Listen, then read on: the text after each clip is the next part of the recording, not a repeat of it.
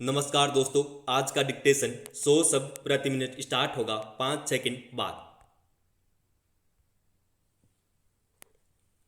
Start. कागज, भोजन के छिलके, पत्तियों आदि जैसे कचरे के रूपों के विपरीत प्लास्टिक कचरा अपनी जैव अनिम्नीकरण प्रकृति के कारण सैकड़ों या हजारों वर्षों तक पर्यावरण में बना रहता है। प्लास्टिक प्रदूषण पर्यावरण में प्लास्टिक कचरे के संचय के कारण होता है। इसे दो भागों में वर्गीकृत किया जा सकता है, जैसे कि प्राथमिक वर्ग में सिगरेट बट्स और बोतल कैप इत्यादि, तथा द्वितीयक वर्ग के प्लास्टिक प्राथमिक वर्ग के प्लास्टिक के क्षरण के परिणाम स्वरूप उत्पन्न होती है। सौंदर्य प्रसाधन और व्यक्तिगत देखभाल के अलावा अधिकांश माइक्रो प्लास्टिक्स का निर्माण प्लास्टिक के बड़े टुकड़ों के टूटने से होता है, जो सूर्य के प्रकाश के संपर्क में आने के कारण पुनर्स्थकित नहीं होते। एकल उपयोग प्लास्टिक एक डिस्पोजेबल सामग्री है जिसे फेंकने या पुनर्चक्रण से पहले केवल एक बार उपयोग किया जा सकता है, जैसे प्लास्टिक की थैलियाँ, पानी की बोतलें, सोडा की बोतलें, पुआल, प्लास्टिक की प्लेटें, कप, अधिकांश खाद्य पैकेजिंग और कॉफी स्टीरिल आदि। भारत ने नई दिल्ली में भारतीय उद्योग परिसंघ के संधारणीयता सम्मेलन में 2022 तक एकल उपयोग प्लास्टिक को खत्म करने की अपनी प्रतिबद्धता की घोषणा की है। 1950 के बाद में 8 बिलियन टन प्लास्टिक का उत्पादन किया गया है और इसका लगभग 60% हिस्सा भूमि भराव के रूप में प्राकृतिक वातावरण में उपस्थित है। विराम।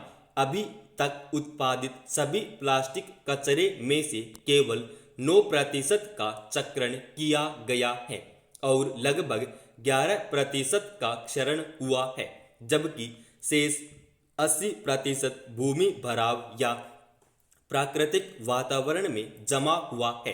प्लास्टिक कचरा चाहे वह नदी में हो, महासागर में हो या भूमि पर, सदियों तक पर्यावरण में बना रह सकता है।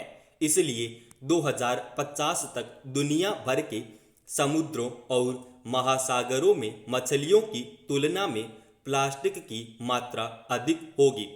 तटों पर पड़ा कचरा तट की सुंदरता को प्रभावित करता है, जिसका पर्यटन राजस्व पर नकारात्मक प्रभाव पड़ता है। उदाहरण के लिए, अंडमान और निकोबार द्वीप समूह में प्लास्टिक कचरे की अंतरराष्ट्रीय डंपिंग से द्वीप की सुंदरता प्रभावित हुई है। समुद्री और स्थलीय पारिस्थितिकी तंत्र पर प्लास्टिक कचरा जलीय जीव जंतुओं पर अत्यंत बुरा प्रभाव डालता है। प्लास्टिक जानवरों के पाचन तंत्र को खराब कर देता है, जिससे उनकी मृत्यु हो जाती है। समुद्री जानवर भी प्लास्टिक कचरे के संपर्क में आ जाते हैं। प्लास्टिक में जहरीले रसायन भी हो सकते हैं, जो पशु के महत्वपूर्ण अंगों या जैविक प्रक्रियाओं को नुकसान पहुंचा सकते हैं। राजनीति बुरी नहीं है, बुरा है उसका विकृत रूप। अफसोसजनक यह है कि इन वर्षों में राजनीति का सर्व जन हिताय सर्व जन सुखाय चेहरा पर्दे के पीछे चला गया है और उसका यह खराब रूप ही ज्यादा दिखाई दे रहा है। यही वजह है कि राजनीति की बात करते ही आम आदमी नाक भौं सिकोड़ने लगता है। इसके ताजा उदाहरणों की बात करें तो पश्चिम बंगाल हमारे सामने है। रोज कुछ न कुछ ऐसा हो रहा है कि नजरें शर्म से झुक जाए। विधानसभा चुनाव से पहले बिहार में जो हुआ सबने आंखों से देखा और कानों से सुना। सच तो यह है कि इन वर्षों में हमारे राजनीतिक दलों ने राजनीति को केवल चुनावों तक सीमित कर दिया। येन केन प्रकारेण चुनाव जीतकर सरकार बनाना ही लक्ष्य रह गया। सबके भले वाली राजनीति अपने और अपनों के भलों की रह गई तो उसने अपनी चमक और धमक खो दी। न मान रहा न मर्यादा। जो मन में आए वह करो और करो, बस कामयाबी मिलनी चाहिए। जब शाब्दिक मर्यादा नहीं रहती तो व्यक्ति की मर्यादा भी खो जाती है। यही पदों की मर्यादा का हो जाता है। कल तक छोटे से छोटे पद पर बैठे हर जनप्रतिनिधि का सम्मान था। आज बड़े से बड़े पद पर बैठे व्यक्ति का सम्मान ही होगा।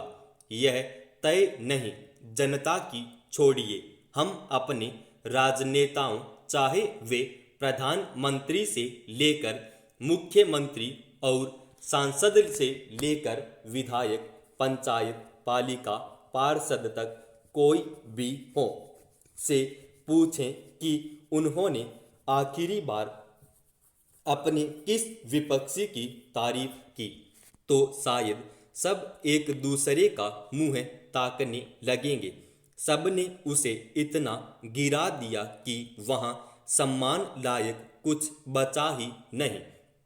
ऐसे में जब इससे इतर घटना सामने आती है तो ईमानदारी अभी जिंदा है की तरह राजनीति अभी जिंदा है का भाव सामने आता है।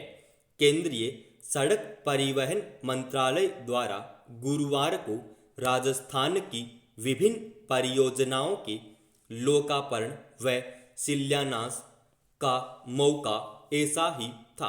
केंद्रीय मंत्री नितिन गडकरी और मुख्यमंत्री अशोक गहलोत दोनों ने अलग अलग पार्टियों के होने के बावजूद न केवल एक दूसरे की अपितु उनके विभागों और सरकारों की भी सराहना की।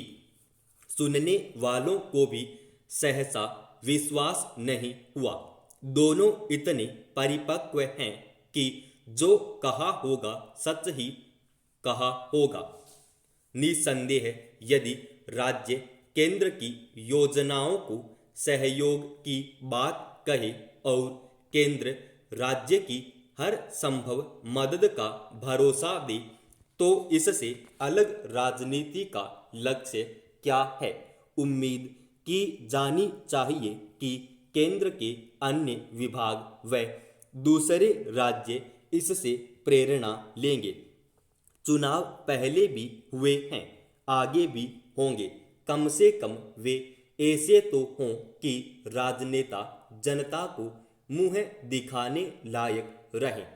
प्लास्टिक प्रदूषण से होने वाले नुकसान के बारे में शिक्षा के माध्यम से जनता के बीच जागरूकता बढ़ाना और व्यवहार को संशोधित करने के लिए ज़्यादा से ज़्यादा कार्यक्रम प्रारंभ किए जाने चाहिए। एकल उपयोग वाली प्लास्टिक के खिलाफ किस एक आंदोलन चलाया जाना चाहिए जिसके अंतर्गत बहुपरत packaging, bread bag, food wrap और सुरक्षात्मक पैकेजिंग आदि को रोका जाना चाहिए। विभिन्न सामग्रियों जैसे गन्ने के रस निकालने के बाद का अवशेष, मकई स्टार्च और अनाज के आटे से बने जैद निम्नीकरणीय प्लास्टिक के उपयोग का विस्तार किया जाना चाहिए। खुदरा विक्रेताओं, उपभोक्ताओं, उद्योग के प्रतिनिधियों, स्थानीय सरकार, निर्माताओं, नागरिक समाज, पर्यावरण समूहों और पर्यटन संगठनों जैसे प्रमुख हितधारक समूहों की पहचान कर उन्हें इस मुहिम में संलग्न किया जाना चाहिए। इसमें संदेह नहीं कि भारत की मौजूदा स्वास्थ्य देखभाल प्रणाली अनेक प्रकार की विसंगतियों से भरी है। यह विडंबना तब है जब भारत में इन समस्याओं से निपटने के लिए सभी जरूरी कार्यक्रम और नीतियां मौजूद हैं। जाहिर है समस्या इन पर ईमानदारी से अमल की है। समाप्त।